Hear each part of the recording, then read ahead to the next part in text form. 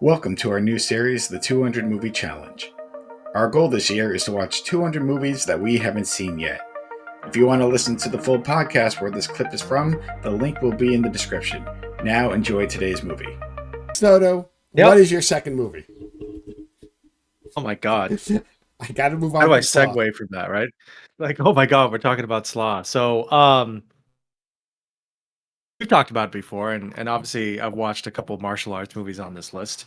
I like martial arts movies. There's not really that many around, or at least I find them like hard to get a hold of, because if you go to most of these streaming sites these days, they don't really have a dedicated martial arts section. I know that ours at Blockbuster was pretty much the size of the horror section, which was just like maybe 2 bays. But like I'm always on the lookout for new martial arts. I've had some misses this year with martial arts. I mean, it's sad that the best one I saw was Kung Fu Killer, I think, with Donnie Yen. But I'll watch anything that Donnie Yen is in. So as I was perusing, the very limited whatever martial arts that was on, in particular, Amazon Prime, I came across this movie that said, it was something like 70 versus 1 or some shit, or 400 versus 1, like samurai shit. And I was like, okay, what's this about? And the credits were like, this is in one take. 77 minutes, one guy versus 400, whatever the fuck he does. And I'm like, okay, I have to check this out. And it was only like, so it's 77 minutes of one take. So it's really like maybe like an 85 to 90-minute movie. So I was like, that's a good amount of time. And it was a good weeknight kind of a vibe. I will say this. I don't know what the longest shot you've ever seen in a movie is, but movie feel way longer when it's one shot. Yeah, I've seen two movies that were one-shot movies.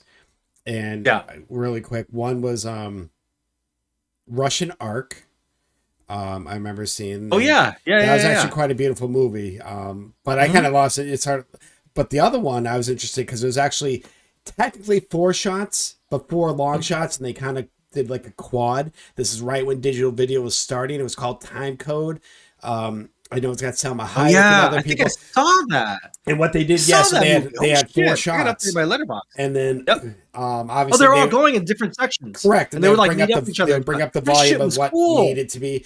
So yeah, that I saw. I need to rewatch that shit. And that was actually well done because I think it took very them well 4 done. attempts. Very well done. Because you're right. They had to do different things, so they, Oh my god, it was they awesome. would have to know who was talking and stuff like that. So to me, those are the only 2 movies I can think of movie wise that is one shot, that it's probably close to 90 minutes, that was well done. Like I said, Russian Ark, a lot of history, a lot of scenery. It was fucking beautiful, but I can't tell you a thing about it. I just remember, damn, that looks great, but I lost interest.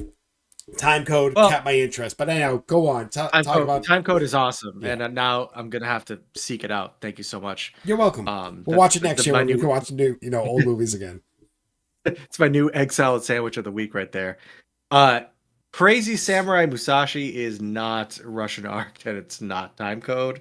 I appreciate everything it's done. It's basically around Miyamoto Musashi, who is a famed swordsman in Japan, and he's ambushed in what's supposed to be a duel. He's actually ambushed by the entire clan and some mercenaries in order to get back at him winning a duel with a previous clan member. And so it was a trap, and they're going to lose their honor. So that's the setup, and he gets caught in a little town, and he has to fight 400 guys. Now, this is all in real time. Chad, I will tell you, you can actually see the sun setting in this movie. That's how long this shot is, because it takes place outside in the woods and then eventually moves into like a little village. So the way the camera angles moved, to kind of compensate for that setting sun and then making sure that there was no shadow of the cameraman, I thought was really good. But, there's a lot about this movie that is very incredibly tedious, while at the same time I appreciate everything that went to it, because you basically have to rehearse this over and over again, and then you're doing a take. There is no take. It's just hopefully you can hit all the spots you need to hit. And in those 77 minutes, there's camera flourishes and things like that that kind of act as, edits in your mind, as far as like changes in the action that are done really, really well. But I mean, dude, like there's no dialogue. It's just pretty much one guy like sword fighting over and over again with guys who refuse to surround him and who just keep coming at him like one at a time. And again, very cool things happen in this movie. But it was one of those things that was really tough to get through because eventually, um, the nuance and the weirdness of it, like just you get like it gets kind of tiring. And I think that's what happened in this movie for me. Although I can appreciate it, I'll never see it again. Uh, Really well done, and I think it's oddly enough the end they kind of switch to like later down the years, and they go into edits, and the edits are like sick, and it's like awesome. It's like, oh my god, if this was like an edited martial arts movie, this would have been amazing. And so you get a brief teaser of that, but overall, I just thought it was kind of whatever.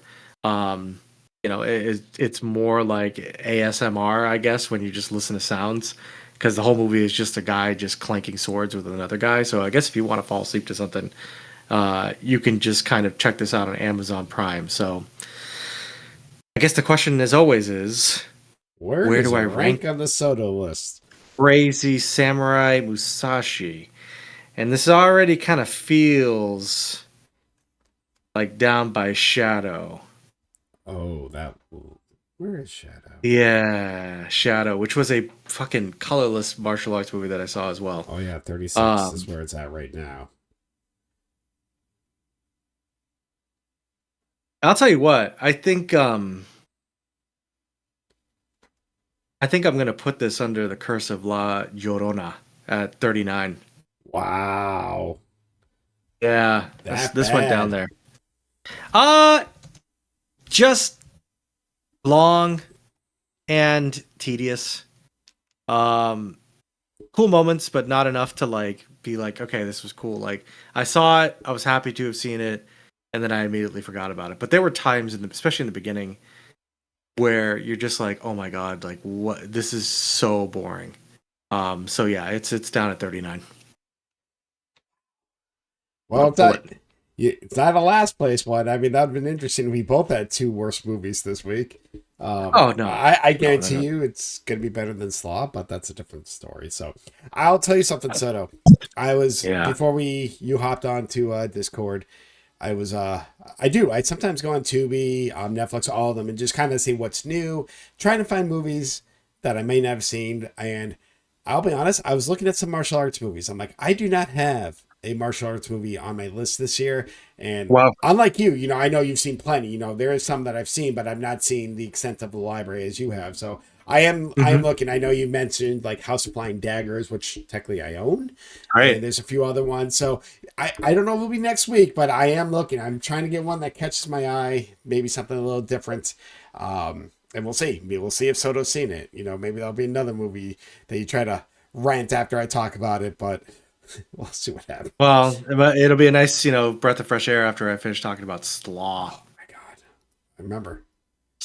Slaw 2. Oh my god, no sequel. No,